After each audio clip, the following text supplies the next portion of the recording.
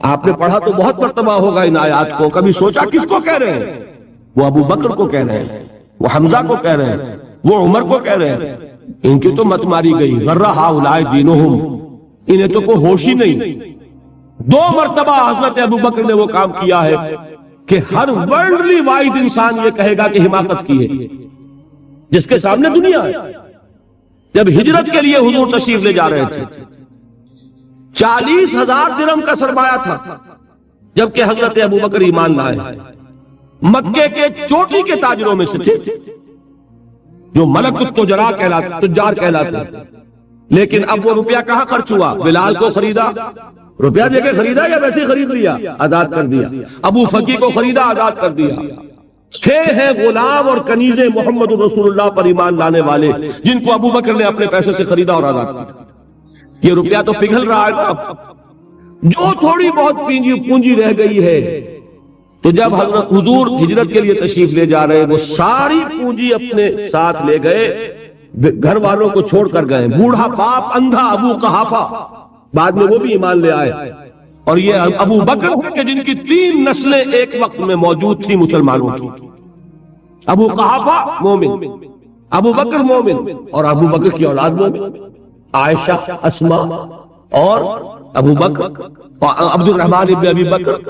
یہ کون ہے؟ تو 3 نسلیں جس کی بیک وقت رہی ہیں ایمان میں، وہ شاذ لوگ ہیں، ان میں ابو بکر ہے۔ لیکن یہ کہ اس وقت تک ابو قحافہ ایمان نہیں لائے تھے، والد نابینا تھے، تو والد ہے، بیٹیاں ہیں حضرت عائشہ، حضرت اسما حضرت رضی اللہ تعالیٰ عنہما، بیوی ہے، کچھ نہیں چھوڑ کے گئے، ایک پیسہ۔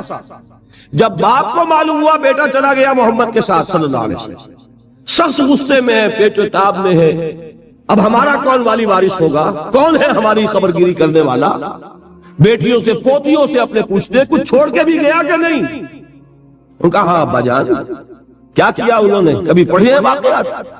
کچھ کنکر روڑے لیے، ایک کپڑے میں پوٹلی بنائی اور اندھے دادا کا ہاتھ اوپر پھروایا، دیکھیے دادا جان یہ چھوڑ گئے ہیں، یہ مال ہے، یہ سونے اور چاندی کے سکے ہیں، ابا جان ہمیں ایسے نہیں چھوڑ کر گئے۔ واقعہ کیا ہے کہ ایک پیسہ نہیں چھوڑا ابو بکر نے گھر والوں کے لیے، سب کچھ لے گئے کہ کیا پتہ محمد کے ساتھ جا رہا ہوں، کس وقت کیا ضرورت پیش آ جائے صلی اللہ علیہ وسلم۔ تو یہ کوئی عقل مندی کی بات ہے؟ اپنے غریبانوں میں جھانکی، آپ یہ عقل مندی کریں گے؟ کہیں چاہے نہ، یہ بات دوسری ہے، لیکن یہ کہ اس کو کون ہم میں سے عقل مندی کہے گا؟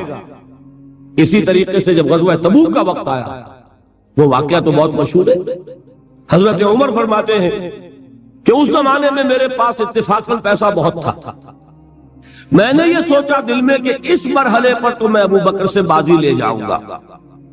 مسابقت ان میں بھی تھی، لیکن نیکی کی مسابقت، خیر کی مسابقت، انفاق فی سبیل اللہ کی مسابقت۔ تو میں نے سوچا کہ میں بازی لے جاؤں گا۔ میں نے کیا کیا، کل دولت جو تھی اس کے 2 حصے کیے، ایک حصہ گھر رکھا اور 1 لا کے حضور کی خدمت میں پیش کر دیا۔ حضور نے پوچھا کہ عمر گھر والوں کے لیے کچھ چھوڑا؟ کہ جی ہاں، نصف کیا میں نے، نصف اللہ کی راہ میں حاضر ہے، نصف چھوڑا ہے، ٹھیک ہے۔ اب وہ آئے ابو بکر، پوچھا حضور نے ابو بکر گھر والوں کے لیے کچھ چھوڑا؟ کہ نہیں، صدیق کے لیے ہے خدا کا رسول، بس گھر میں اللہ اور اس کے رسول کے نام کے سوا کچھ نہیں۔ یہی ہے نا، پروانے کو چراغ ہے، بلبل کو پھول، بس، اور صدیق کے لیے ہے خدا کا رسول، بس، مجھے گھر والوں کے لیے کچھ نہیں چاہیے۔ یہ کام جو ہے، تو یہ جن کا ہم اس وقت ذکر پڑھ رہے ہیں منافقین، ان کے نزدیک حماقت تھی یا عقل مندی تھی؟ یہ سمجھداری تھی یا بے وقوفی تھی؟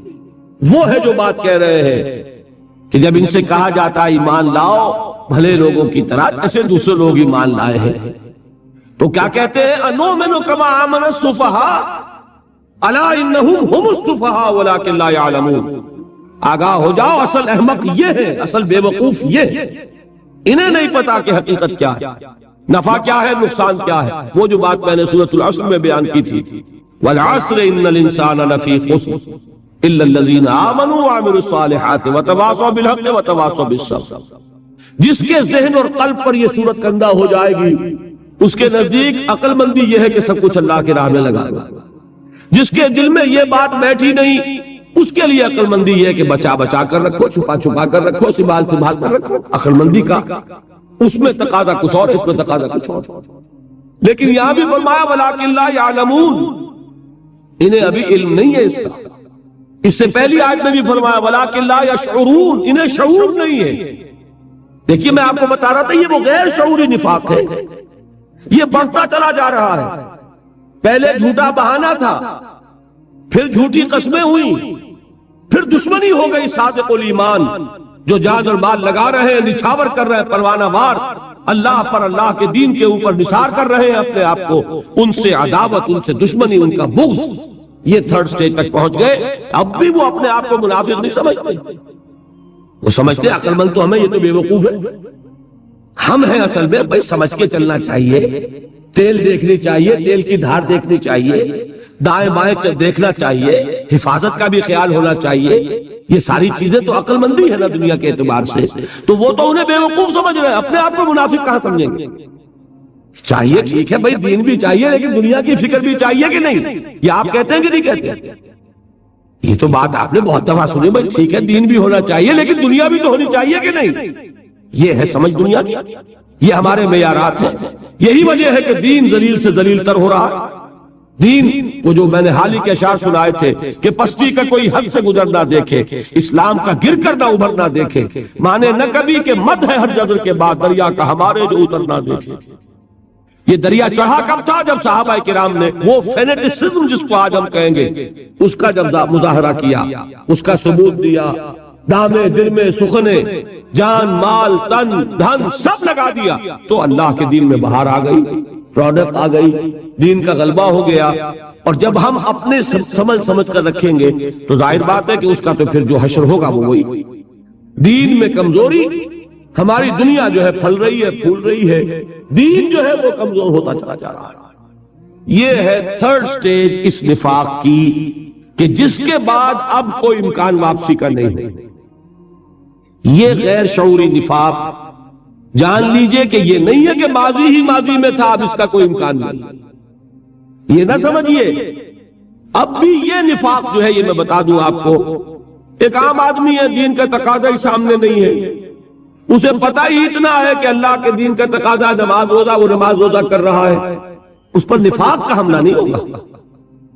اس کو آپ کہہ دیں کہ اس کی سمجھ کم ہے، اس کا شعور کم ہے، اسے پتہ نہیں ہے، دین کے تقاضوں سے واقف نہیں ہے، وہ بچا ہوا ہے، وہ محفوظ ہے. وہ جو میں نے آپ سے کہا تھا پرسوں اور ایک صاحب نے جواب دیا مجھے بعد میں کہ آج آپ نے جو بات کہی ہے تو کل لوگ کم آئیں گے، آپ نے ڈرا دیا کہ یہ جو تقاضے دین کے سامنے آ رہے ہیں تو اس سے ذمہ داری بڑھ رہی ہے. اب جس نے سمجھ لیا ہے پھر پیچھے رہے، وہ نفاق کے خطرے میں ہے. جسے سمجھ ہی نہیں ہے وہ پھر بھی کوئی نہ کوئی عذر پیش کر سکے گا کہ اللہ ان مولویوں سے پوچھ جنہوں نے ہمیں بتایا نہیں، انہوں نے تو دین کے تقاضے ہمیں یہ بتائے نہیں، انہوں نے تو ہمیں نور اور بشر میں چکر دے کے لڑائے رکھا. ان سے پوچھ، اصل سے مجرم جو ہے وہ یہ ہے. وہ واقعہ یہ ہے کہ کسی درجے میں بچیں گے کہ دین چاہتا کیا ہے، دین کے تقاضے کیا ہیں، توحید کی حقیقت کیا ہے، شرک کی حقیقت کیا ہے. اس کی طرف اگر توجہ ہی نہیں دلائی جا رہی اور اس غریب کو پتہ ہی نہیں، اسے پتہ ہی صرف یہ ہے کہ کھڑے ہو کر سلام پڑھنے میں اتنا فائدہ ہوتا ہے، وہ پڑھ رہا ہے بیچارہ، لہذا اس کا معاملہ آسان ہے بنسبت اس شخص کے کہ جس کے سمجھ میں آ گیا ہو، بات اس نے پالی ہو. دین یہ چاہتا ہے، دین اپنا غلبہ چاہتا ہے. علامہ اقبال نے غالب پر ایک جو نظم لکھی ہے باغ درا میں ہے، اس کا ایک شعر بڑا پیارا ہے. گیسوئے اردو ابھی منت پذیر شانہ ہے، شمع یہ سودائی یہ دل سوزی یہ پروانہ ہے. یہ دین جو ہے یہ تو چاہتا ہے کہ اہل ایمان پروانہ وار اس شمع پر نثار ہو جانے لگا، گردنیں کٹوا دے. وَلَا تَقُولُوا لِمَنْ يُقْتَلُ فِي سَبِيلِ اللَّهِ أَمْوَاتٌ بَلْ أَحْيَاءٌ وَلَكِنْ لَا تَشْعُرُونَ. اور اگر اس سے پیچھے ہٹیں گے، قدم پیچھے ہٹا نہیں کہ نفاق کی زد میں آئے نہیں. وہ نفاق کی پہلی stage, second stage, third stage وہاں پہنچ گئے، واپسی نہیں. اس کے لیے ایک اور دو آیات میں چاہتا ہوں کہ اس سے اس حقیقت کو اور سمجھ لیں اچھی طرح تاکہ کوئی اشکال نہ رہ جائے۔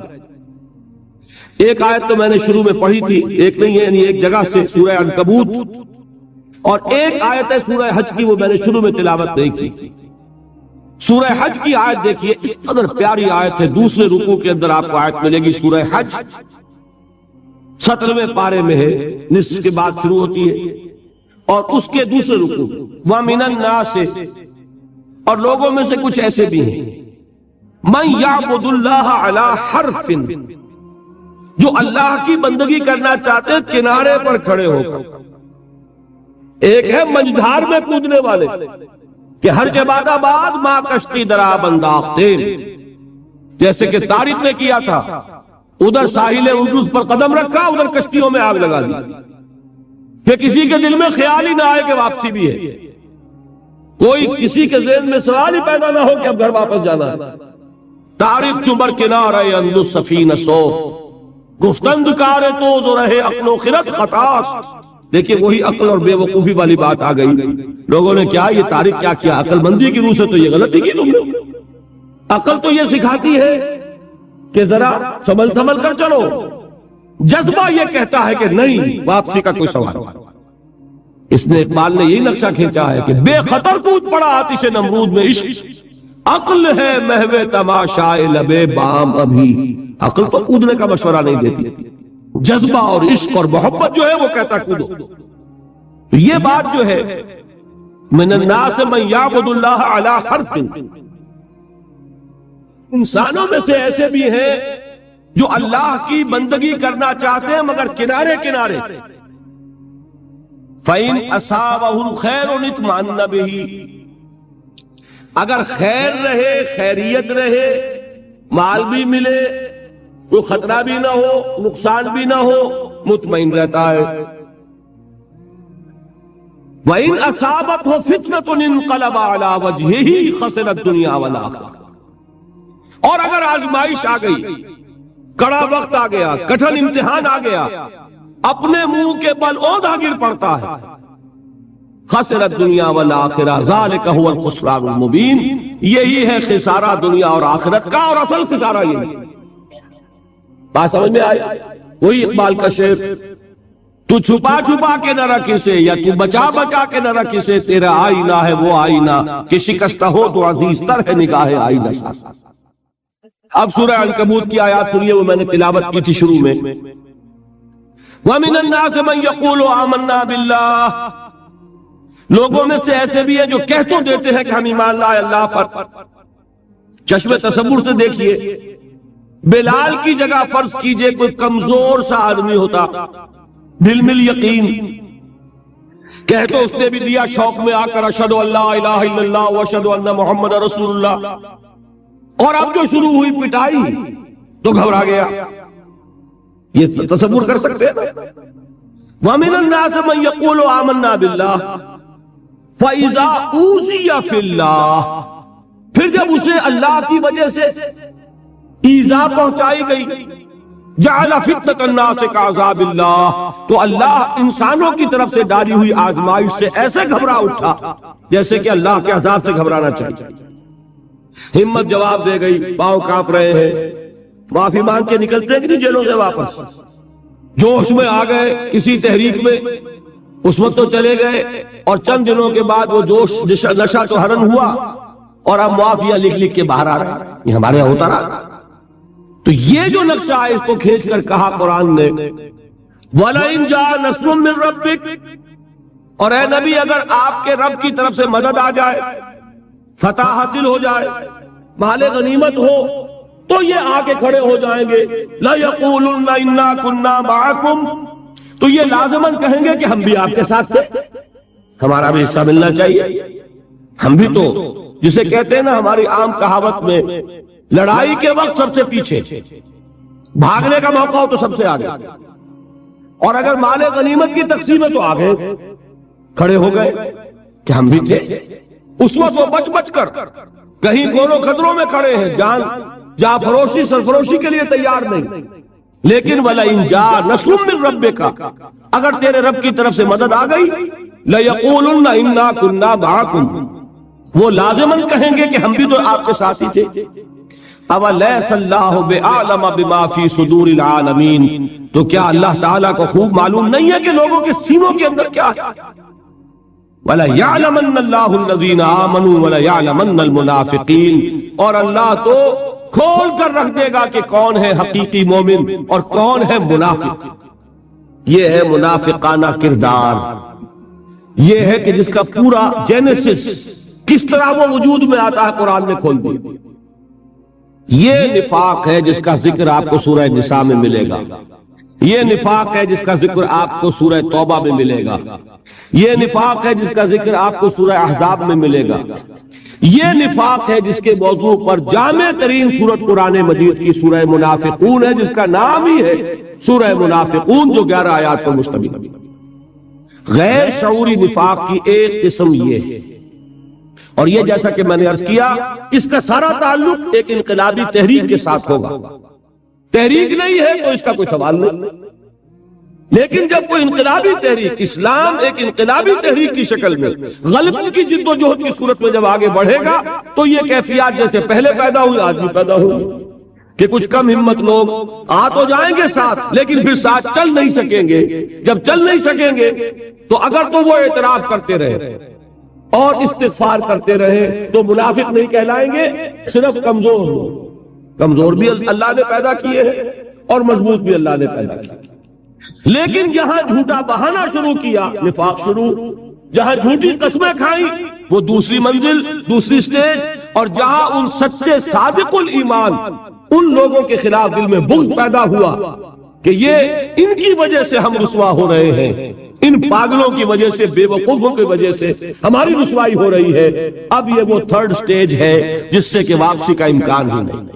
ہم العدو فاحذرہم قاتلہم اللہ الا یؤفکون، اے نبی یہی اصل دشمن ہے، ان کو پہچانیے، ان سے بچیے، اللہ ان کو ختم کرے، قتل کرے۔ یہ کہاں سے لوٹ گئے؟ دیکھیے کیسی پیاری بات کہی، 2-4 ہاتھ جب کے لبے بام رہتے، کتنی بڑی بدنصیبی۔ ہم میں سے کتنوں کے اندر دل میں حسرت پیدا ہوتی ہوگی، کاش ہمیں حضور کا زمانہ نصیب ہوتا۔ ان بدبختوں کو حضور کا زمانہ نصیب ہوا، ان بدبختوں کو موقع ملا کہ حضور کے ساتھ ہو کر اگر دین کی سربلندی کے لیے جانے دیتے، کیا رتبہ ہوتا ان کا؟ تصور کر سکتے ہیں آپ؟ کیا رتبہ ہوتا، کیا مقام ہوتا، کس چیز سے محروم رہ گئے اور کتنے دن جی لیے ہوں گے۔ موت تو آنی ہی تھی، زندگی تو ہمیشہ کی شے نہیں ہے، مال بھی آنا جانا ہے، دولت آنی جانی ہے، کب تک رہے گی پاس؟ وہ رہے گی تو تم نہیں رہو گے، تمہیں جانا ہے چھوڑ کر سب کچھ، قبر میں داخل ہو جانا ہے، اور کیا پتا کل وارنٹ آ جائے، کچھ پتا نہیں، کیا پتا ہم میں سے کوئی یہاں سے نکلے اور گھر پہنچنا نصیب نہ ہو، درمیان میں ایکسیڈنٹ ہو جائے، کس کے پاس گارنٹی ہے؟ لیکن اتنی شے کے لیے کتنا بڑا رتبہ چھوڑا، فرمایا اللہ یوفکون، یہ کہاں سے الٹا لیے گئے۔ 2-4 قسمت کی خوبی دیکھیے ٹوٹی کہاں کمن، 2-4 ہاتھ جب کے لبے بام رہ گئے۔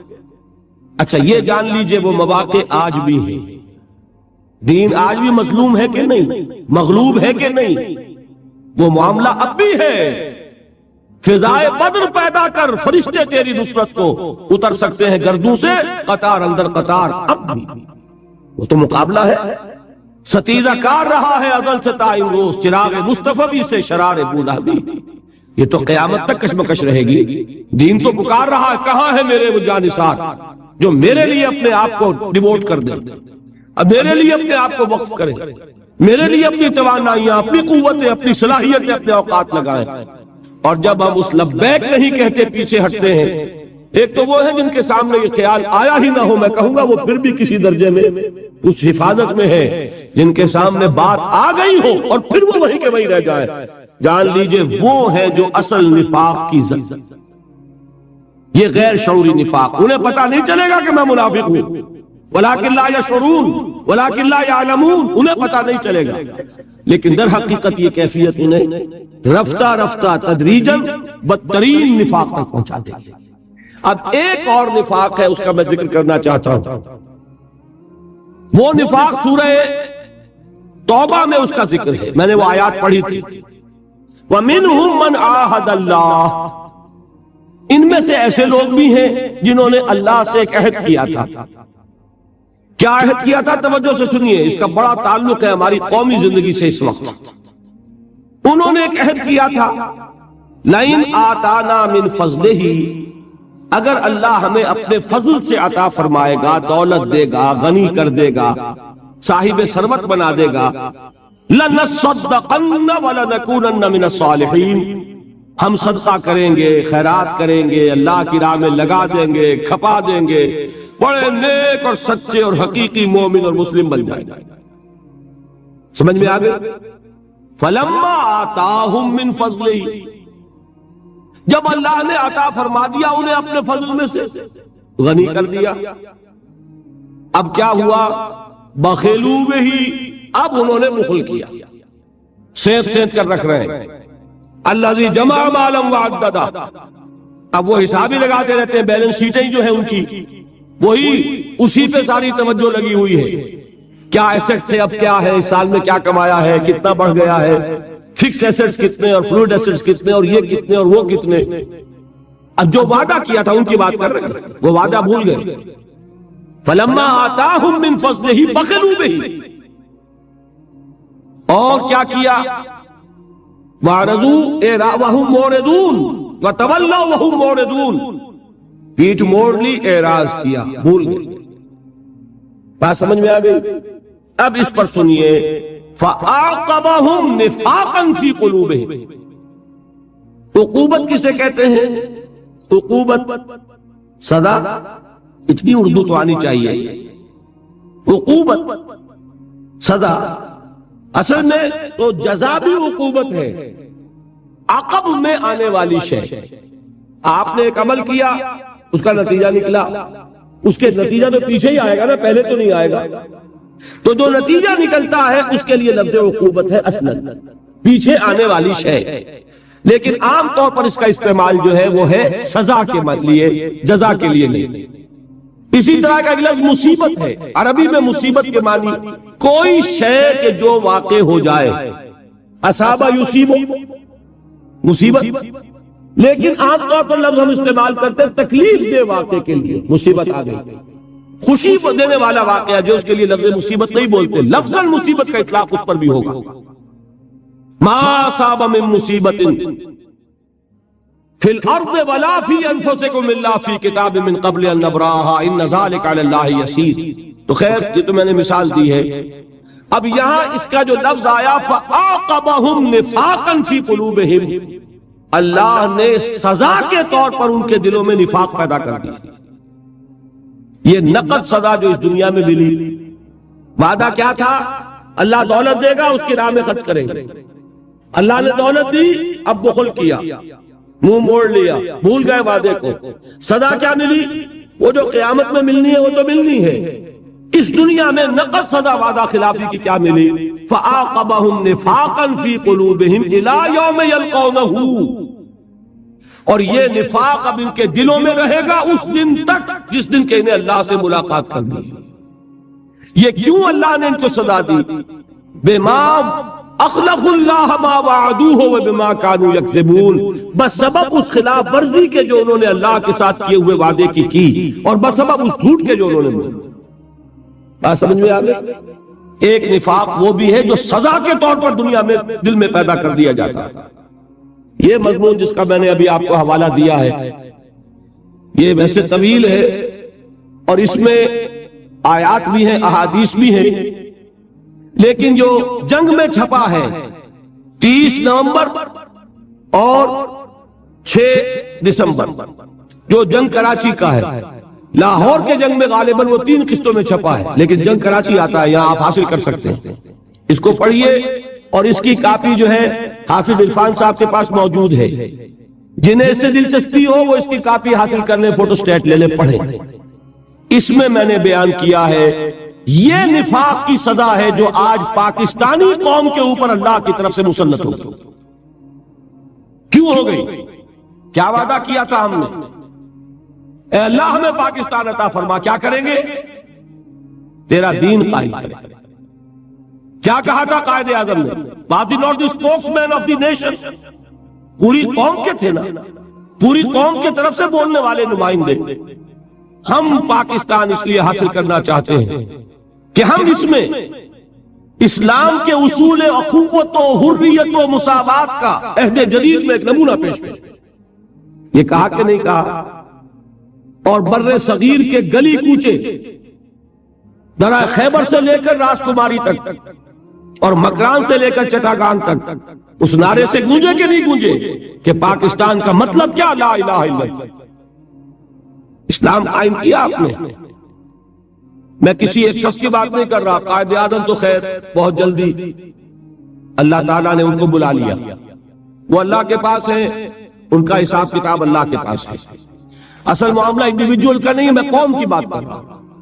قوم نے کیا کیا؟ ہم نے بھی کارخانے بنائے, فیکٹریاں بنائی, محل بنائے. وہ لوگ کہ جن کو قطعاً توقع نہیں ہو سکتی تھی کہ وہ اتنے اعلیٰ عہدوں پر فائز ہوں گے, ان کو مواقع ملے کہ نہیں ملے؟ جو تصور نہیں کر سکتے تھے کہ ایسے کاروبار جما سکتے ہیں, انہوں نے کاروبار جمائے کہ نہیں جمائے؟ صرف یہی کیا یا دین کو قائم کیا؟ حال یہ ہو گیا وہ لوگ جو پاکستان میں رہتے تھے, جنہیں واقعہ یہ ہے کہ کوئی قیمت نہیں دینی پڑی پاکستان کی, ان کی بات چھوڑ دیجئے. جو گھر میں پر دولت مل جائے اس کی قدر و قیمت کا احساس نہیں ہوتا. جو لوگ ملک چھوڑ کر آئے, جنہوں نے آگ اور خون کے دریا عبور کیے, انہوں نے بھی آ کر کیا کیا؟ جس کے پاس 4 پیسے ہوئے برقع اتر گئے. یہ کیا آپ دیکھیے اپنے معاشرے کے اندر کیا ہوا ہے. یہ اس کی سزا ہے جو نفاق کی شکل میں آج آپ کے معاشرے سے.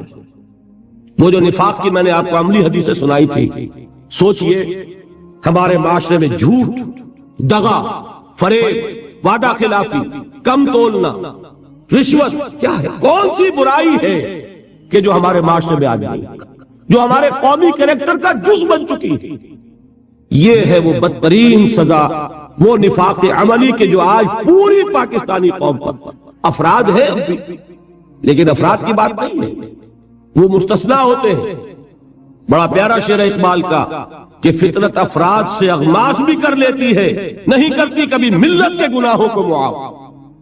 افراد کے ساتھ نرم معاملہ ہو سکتا ہے لیکن کلیکٹیو ایک جرم, وعدہ خلافی, میں سمجھتا ہوں کہ تاریخ میں شاید اتنی بڑی اجتماعی وعدہ خلافی نہ کی ہو کسی قوم کہ ہم نے ملک مانگا صرف اس لیے, جو دعائیں مانگی ہم نے. میں ان میں سے ہوں کہ جو خاک اور خون کے اور آگ اور خون کے دریا عبور کر کے آئے پاکستان. میں نے اور میرے گھر والوں نے 170 میل کا سفر 20 دن میں کیا. حصار سے سلیمان کے ہیڈ ورکس پر 1 لاکھ کا پیدل قافلہ 20 دن میں پہنچا. راستے میں وہ کچھ کھایا ہے جس کے کھانے کا تصور انسان نہیں کر سکتا. وہ پانی پیا ہے جوہر کا جس کو دیکھ نہیں سکتا انسان. یہ سب کچھ کر کے پاکستان آئے.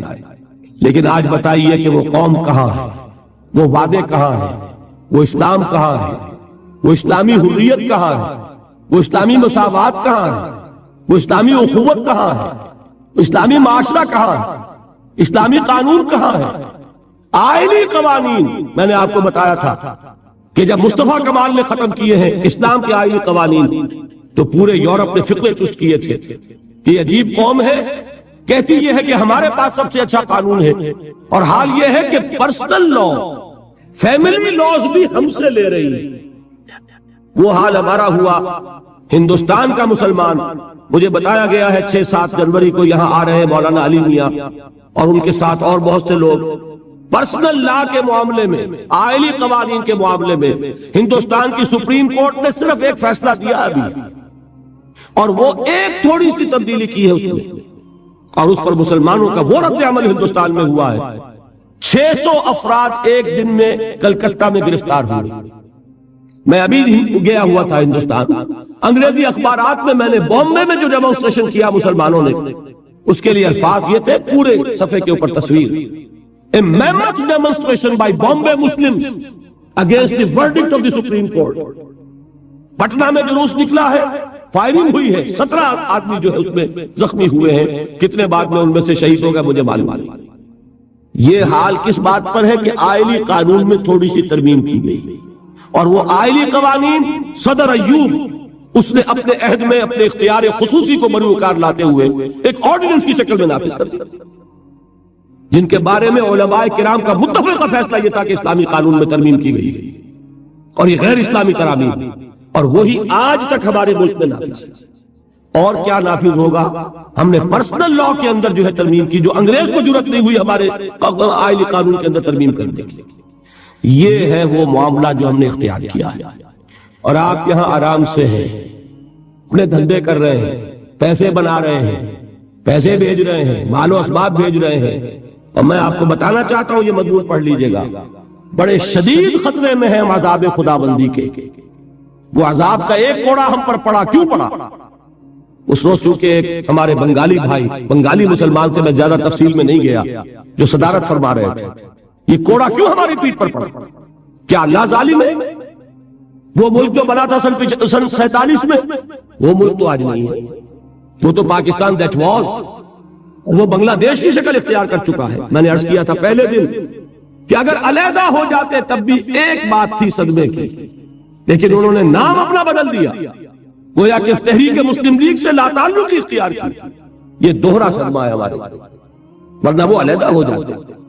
2 کوریا موجود ہے، 2 ویتنام موجود ہے، 2 یمن موجود ہیں اسی پیننسولا میں، جزیرہ نما عرب میں، 2 جرمنی موجود ہیں یورپ میں، کون سا بر اعظم ہے جس میں نہیں ہے؟ 2 پاکستان ہو سکتے چاہے، لیکن در حقیقت 1 لاکھ ہمارا کڑیا جوان ہندوؤں کی قید ہے۔ کہاں لے جایا گیا؟ مدھیہ پردیش، یہ سینٹرل انڈیا کے prison camps, concentration camps, officers and jawans اس قوم کے جس نے 1000 برس تک حکومت کی تھی، اور اندرا گاندھی نے کہا we have avenged our 1000 years defeat, didn't she say? آپ سوچئے، تاریخ اپنے آپ کو دوہرا سکتی ہے۔ کیا اس کے بعد ہمارا طرز عمل درست ہو گیا؟ تو پھر قرآن تو کہتا ہے عسیٰ ربکم ان یرحمکم، تمہارا رب تم پر رحم کرنے کے لیے تیار ہے، لیکن وَإِنْ عُدْتُمْ عُدْنَا، اگر تم دوبارہ وہی کچھ کرو گے تو ہم پھر وہی کچھ کریں گے۔ مجھے تو یہ وعید نظر آ رہی ہے۔ اچھی طرح سمجھ لیجئے، اس ملک کے اندر اگر ہم نے اپنی کوتاہی کی تلافی نہ کی، یہ صرف مذہبی واز نہیں ہے جو میں کہنے یہاں آیا ہوں، میں آپ کو جھنجھوڑنے آیا۔ زندگی میں پھر یہ موقع آتا یا نہیں آتا اللہ جانتا ہے، میری اپنی زندگی ہے یا نہیں ہے کس کو معلوم۔ زندگی ہو امکان نہ رہے، اس کے بھی 100 شکلیں ہو سکتی ہیں۔ میں نہیں چاہتا کہ کوئی بھی بات چھپا کر آپ سے رکھے۔ بہت خطرے میں ہے ہمارا ملک اس وقت، تیری بربادیوں کے مشورے ہیں آسمانوں میں، لیکن یہ کہ یہ سب کچھ سزا ہے کس بات کی؟ وعدہ خلاف۔ تم نے اسلام کے لیے ملک لیا، بر صغیر کے ٹکڑے کروائے، آرٹیفیشل ڈویژن ہوئی ہے، یہ تقسیم فطری نہیں ہے، دریا بانٹ دیے۔ کہہ رہے کہ سرحدی گاندھی کہ پنجابیوں نے تو اپنے حصے کے دریا بیچ دیے تھے، یہ سندھ تو ہمارا ہے جس کے اوپر کہ اب انہوں نے اپنی آنکھیں جو ہے جمائی ہوئی۔ کیسے کیسے فتنے آپ کے گھر میں پروان چلتے، لیکن یہ کیوں ہے؟ میں نے اس روز بھی عرض کیا تھا، اسلام اگر آتا یہ کیوس نہ ہوتا، یہ بددلی نہ ہوتی، جذبہ اور ابھرتا اور آگے آتا، اور یکجہتی پیدا ہوتی، اخوت پیدا ہوتی۔ لیکن اسلام کا نظام جس کو کہ عام آدمی کہے کہ ہاں یہ اسلام ہے، واقعتاً اس میں وہ برکات ہیں کہ جو خلافت راشدہ میں پیدا ہوئی تھی، وہ اگر ہو جائے تو یہ ملک بچتا ہے، نہ صرف بچتا ہے، اللہ تعالی ہماری توبہ کو قبول فرما لے تو یہ ہو سکتا ہے کہ پوری دنیا میں اسلامی انقلاب کے لیے پیش خیمہ بن جائے، اور اس کا امکان ہے۔ وہ مضمون بھی میرا چھپ چکا ہے جنگ میں، جو پچھلا جو جمعہ گزرا ہے اس میں چند ذاتی وضاحتوں کے عنوان سے وہ مضمون چھپ چکا ہے کہ میں اب بھی جہاں ایک طرف یہ خطرات دیکھ رہا ہوں، شدید ترین خطرات جن کی کہ میں نے نشاندہی اس میں کی تھی، وہاں یہ کہ جب بھی حساب کتاب جوڑتا ہوں نظر آتا ہے اللہ کا بڑا فضل و کرم تھا کہ اس نے ہمیں یہ ملک عطا فرمایا، اور اس نے معجزانہ طریقے پر اس کی حفاظت بھی کی۔ 65 میں معجزہ ہوا تھا کہ نہیں؟ اور کی، لیکن اللہ کی رسی دراز تو ہوتی ہے ایک حد تک، اس وقت اس نے معجزے سے بچایا اور 71 میں 2 ٹکڑے کر دیے۔ کیوں؟ 25 برس بیت چکے تھے ہماری نافرمانی اور وعدہ خلافی، ایک کوارٹر آف اے سینچری۔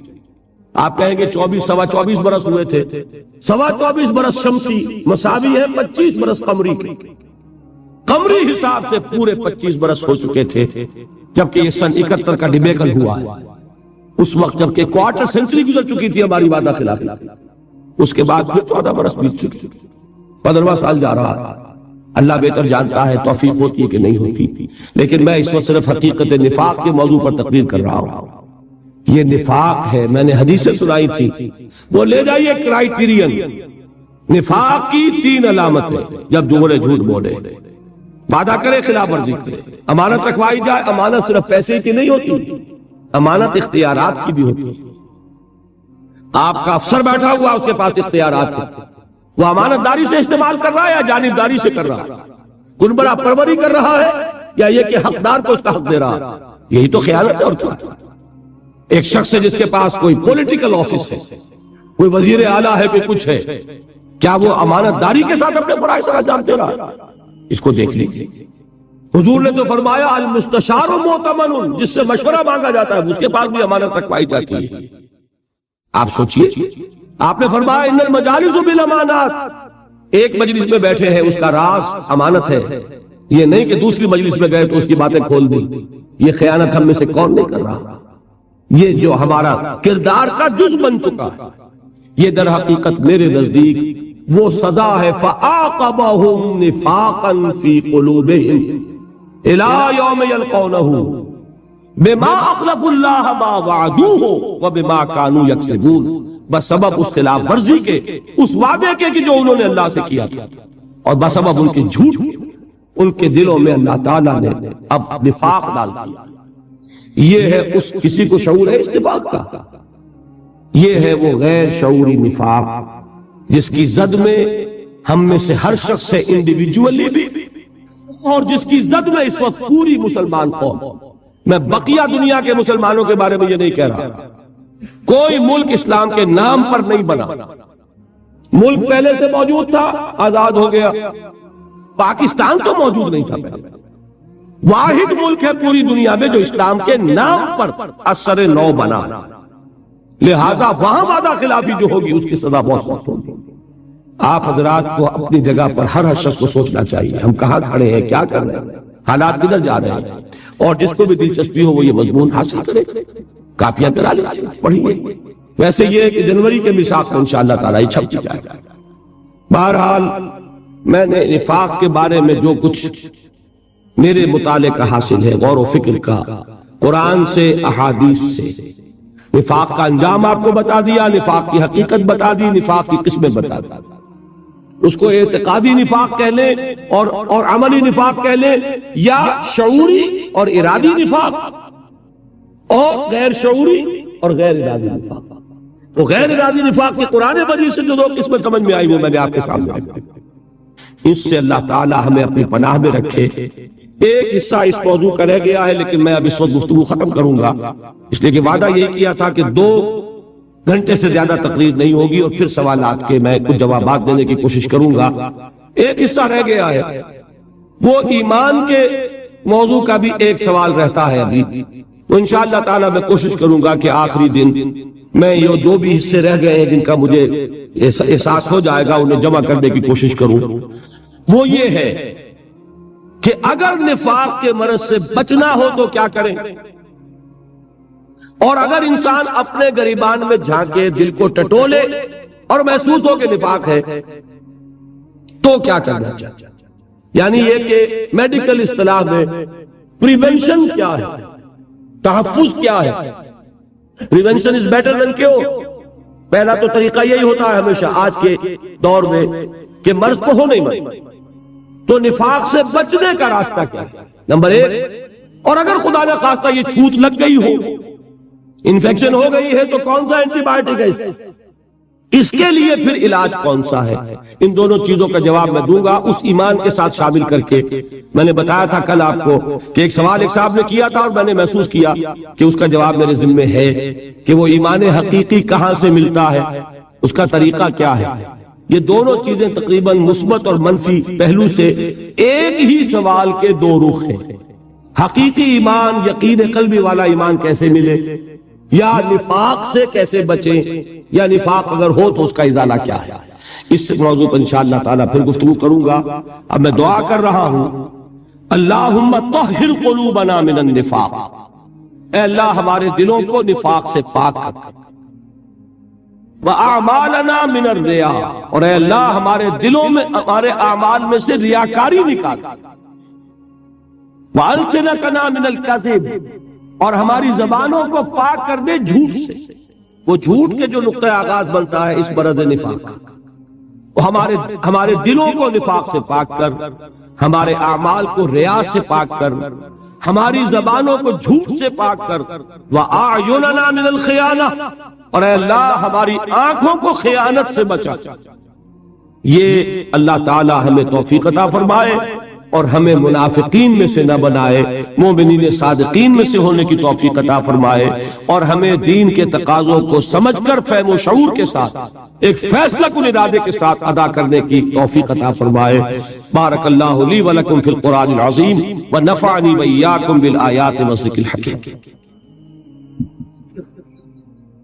خواتین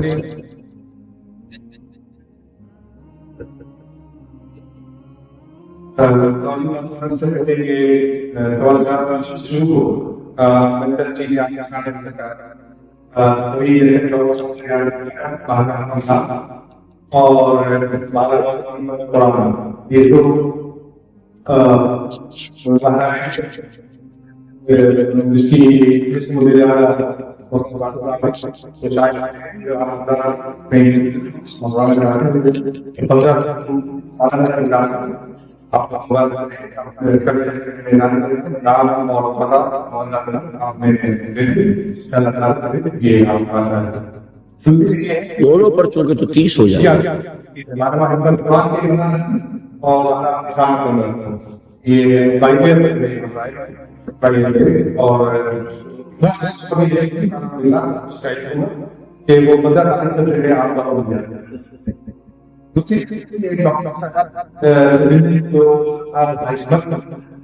ان کے لیے اعلان کیا گیا ہے کہ 4 بجے 5:30 کی ہے، اور وہ ہے شیخ دارالدین اور شیخ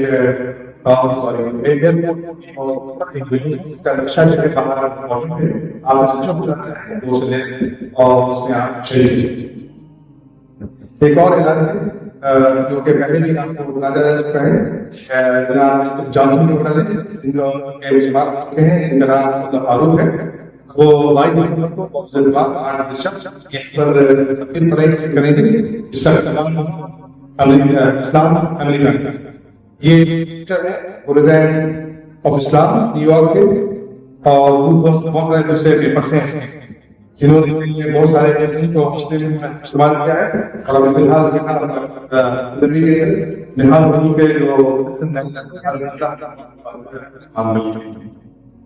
جو یہ سوالات ہیں، میں ایک بار بھی کروں گا۔